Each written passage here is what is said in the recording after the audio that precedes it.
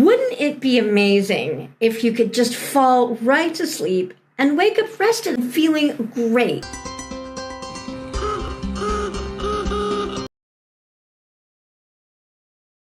Listen up. I believe that you can achieve amazing sleep, and you can do it naturally as well. A little discipline, perseverance, and info, as well as hope and support, you can fall asleep fast, stay asleep, and wake up fully rested. What it means to get really quality sleep was actually the topic of my last video on the circadian rhythm. So be sure to check it out here. In that video, I also lay out 3 questions you can ask yourself to determine if you are really getting quality sleep. Remember, if you answered no to any of them, you probably aren't. Finally, if you're enjoying this video, be sure to give it a thumbs up and also subscribe to this channel to get notified of all the latest healthy living videos every week. Now let's get into it.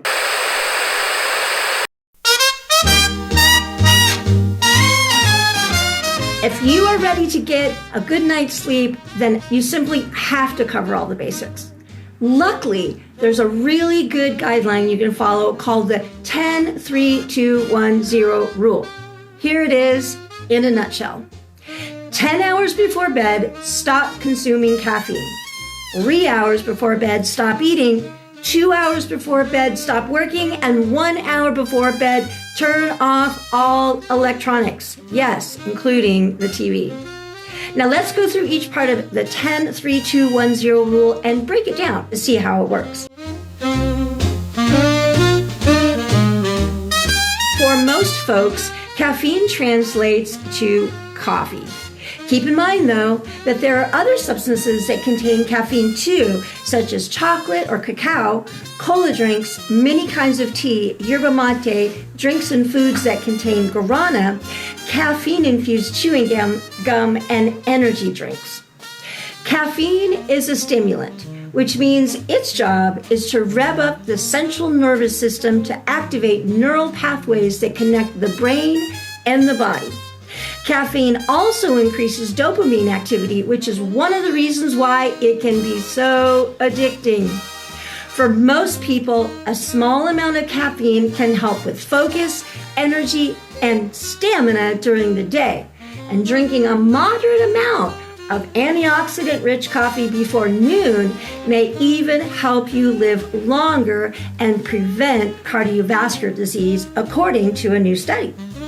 On the other hand, drinking too much too late in the day can sometimes spell disaster and keep you awake into the wee hours of the night. For those who are extra sensitive or for those who just consistently overdo it, anxiety, elevated blood pressure, heart complications, an increase in systemic inflammation, and even chronic insomnia can be the result. Like with so many other health-related things, everybody is different when it comes to how late in the day you can safely drink a cup of joe or imbibe in other caffeine concoctions and still get some shut-eye. The main thing is to be aware of how caffeine is affecting you so you can know your limits. Err on the side of caution.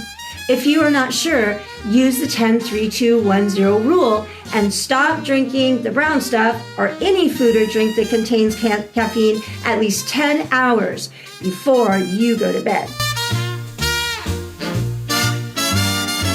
For us late night munchers, stopping eating 3 hours before bed seems like a tall order. But here's why it's so important to have so much space between that last bite at night and your pillow. In general, the 3-hour rule allows whatever you ate last to move through your stomach and into the small intestines before you get horizontal.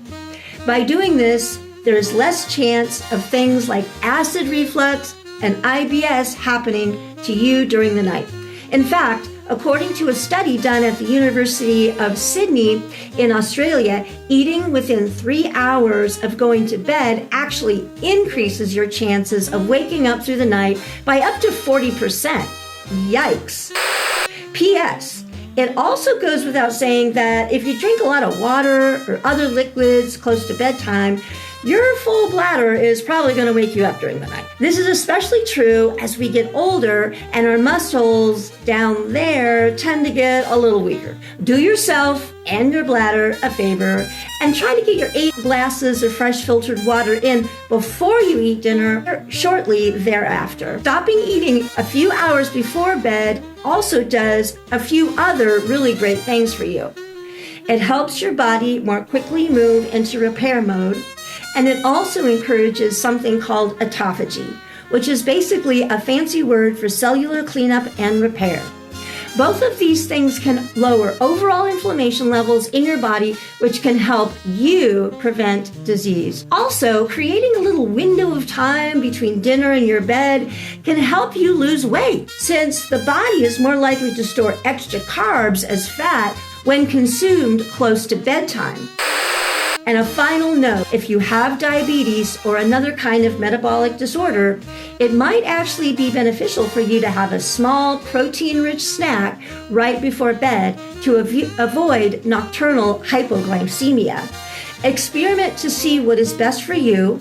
No matter what your health journey looks like, however, always avoid high-fat, high-sugar foods close to bedtime. Newsflash, your brain especially needs some wind down time to differentiate between work and sleep mode. Remember, we are all reaching for that sweet spot of deep delta brainwave sleep where the most organ repair and rejuvenation can happen. Let your body and brain know that it's time to prepare for sleep by stopping the work and getting into good sleep hygiene routines at night.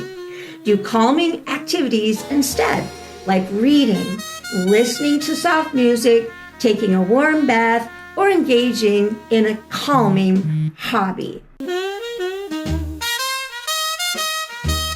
A crucial thing that you must do is turn off all screens at least an hour before bed.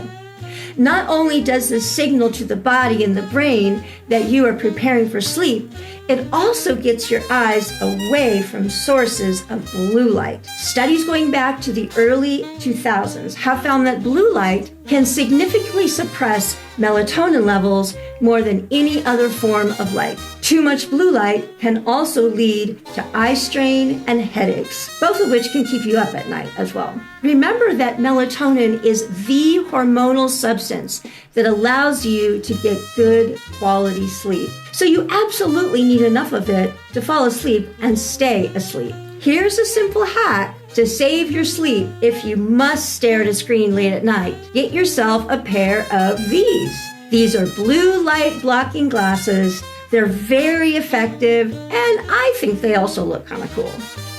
Check out the description below for a link to an affordable and very effective brand of blue light blocking glasses that I like, the ones I'm wearing right now, plus other sleep encouraging products. Finally, the 0 in the 10-3-2-1-0 rule is for how many times you will get up during the night if you follow this rule. P.S. It should be 0. That's it, folks. And remember, the 10-3-2-1-0 rule is meant to be a guideline and a gentle reminder to you to help you get a full night's sleep that your body craves and that you deserve.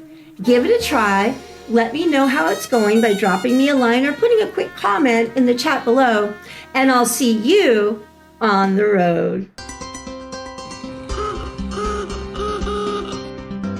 Check out the description below.